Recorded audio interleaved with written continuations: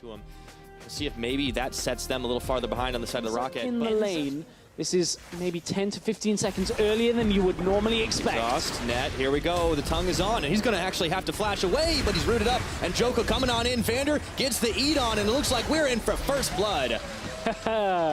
Getting that first blood down, as you said, that's a little earlier than you would know. Orthodox ways to get in and out of a lane, weird timings that you can actually beat the enemy jungler to. And now you can see Joko has his red buff, which you'd think they're equal on buffs, but red buff Rek'Sai is difficult to trade with. Look, walks in, Pridestalker now has the red buff for his own, but look, the trading damage has already gone in his favor. Hang on, he's got to be careful though. Look, he can't afford to go too far. Oh, he's got the fear, and Pridestalker does turn it around in the jungle fight. Yeah, that's the problem, is after Pridestalker gets his red buff, the fight does start turning ever so slightly. Success, Vitality, it has been on the blue side for the most part, but it's only a scattered couple of wins, and now Betsy's coming in. He's going to find Joko, teleport coming, special delivery, right into Vander, who's trying to get back to the safety of the rest of his team, but there is no tower to defend there. Grey Health going to have to get popped, and Pridestalker is looking for a hunt, suppresses on, and they grab Vander. ROCCAT managing to make the best out of a bad situation. That does give them some sense of late game insurance on top of that. Ooh, looking for even more. He had a couple of shots with the Bio-Arcane Barrage into Living Artillery, but in comes Foxy right now, and he's able to get a two-man stun off, buying time for Pridestalker to join. In for a little bit extra damage, doesn't get the duress, but he doesn't even need it, and Foxy gets the finishing kill. ROCCAT, they got the gang squad down mid. That was a knock-tuck with that knock-up, and ROCCAT able to take that fight. Yeah, looking to take a Rift Herald as well, but Pridestalker at half his health is kind of sitting in the pit here, goes on to Joko, and only Cabochard is there to give him a little extra defense, and as soon as he hops the blast cone, they will trade junglers. But that was a little bit hairy. Yeah, a little bit of an awkward situation there, because Joko knew his team had the advantage when it comes to the map play, but couldn't quite get there in time to save Joko's life, if that makes sense. The rest of Vitality not quite quick enough. They do manage. Pretty much the treants of the EU Let's LCS. not be too hasty, all right? Now, Betsy might find himself on the wrong side of this one, although there is a teleport coming in for Cabochard, who does not have his equalizer, and Vitality do not have a care. Betsy trying to walk it out, but Joko getting the Void Rush on to finish the kill off. ROCCAT scrambling to respond to the three-man squad of Vitality, and the rest are joining Steelback, bringing up the rear here. Steelback might just be one for none. He was ward. Suddenly Vitality maybe have this presence. Think about how quick their Baron clear is. You have a Cogmore, you have the Rumble, you have a lot of damage here that can actually shred this down. But look, Foxy from the flank, Vander's quite low. Cabochard was tanking the Baron for a second. ROCCAT may look to set this fight up. He hops over, and this time it's a little bit too early, and all of a sudden Vitality with the patience, they peel right off. They should be able to take down the Warwick. It's Pridestalker, and now there's no more smite available to counter. It's going to be going the way of Vitality. The curtain call has been opened. Jarnan takes one, dodges a second, dodges a third. The fourth is going to clip him, and Joko's right there to try and cut him off. He wants to get it all done, but Cabochard ends it with the kill. It's 2 for 0 after all is said and done for Vitality. And even that looks somewhat questionable.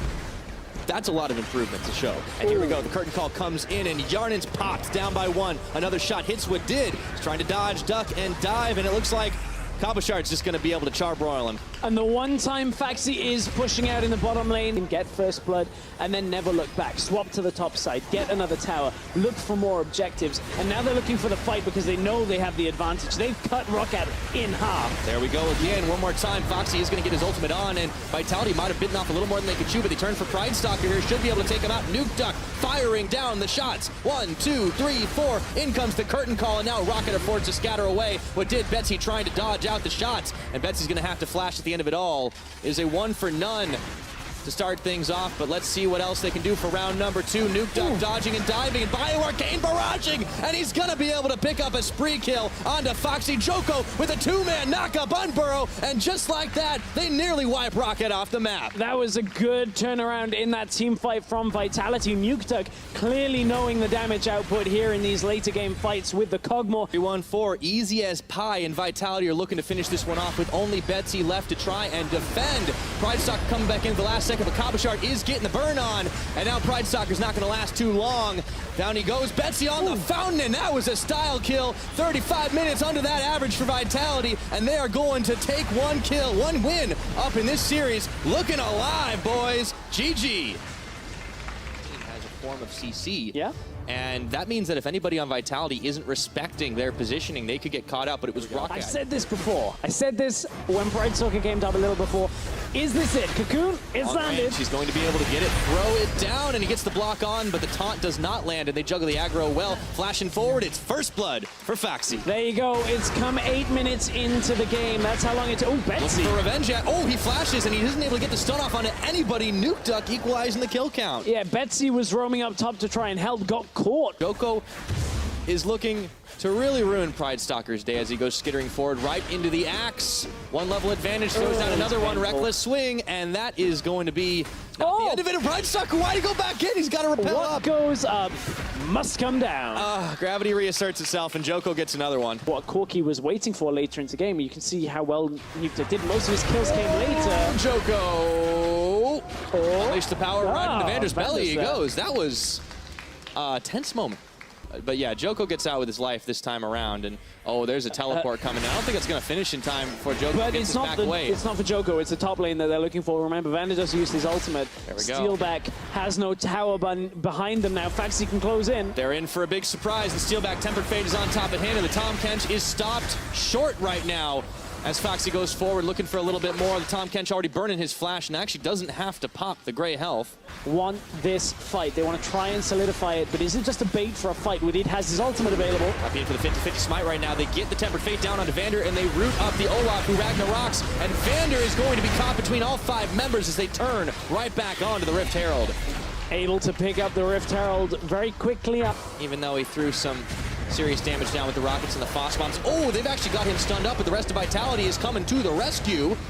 Nuke Duck's only able to splat a few mini spiders as Foxy actually isolated from the rest of the team. Cabochard getting a taunt on. This time, he's able to find Betsy, who's getting low. Steelback flashing forward and back into the belly of Vander as Nuke Duck gets the finishing blow onto his opposing mid laner. The rest of ROCCAT can't respond. In this entire situation, Rift Herald spawned in. This was quicker. So Unicorns, not related to this game. Let's just look at this. Yeah, we'll talk about it in a minute because Joko and Vander were going in. Joko gets juked by Yarna, but he's got the stand united. There's AD carry is going nowhere. Steelback getting the finishing blow.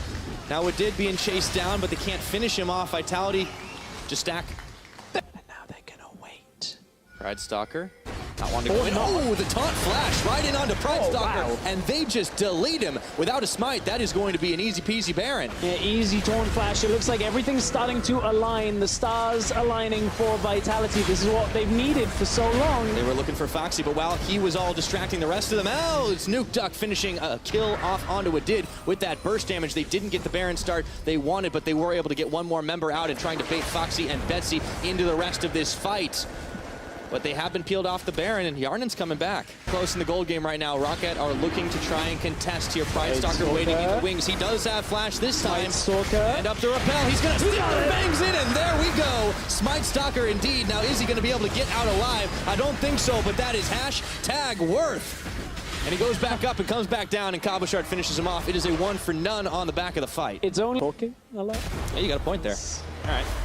Tempered Fate once again onto Vander this time. Let's see if they can get the match shot. Ooh, Stand United. He is tanky, but is he tanky enough? The answer is no. And the Stand United channel does not even complete. Have TP advantage. This is the engage. This is exactly what we were meaning. Getting in my belly, looking for Betsy, but he is able to get the knockback flash. Exhaust was on him. He unleashes the power, but Joko just doesn't care.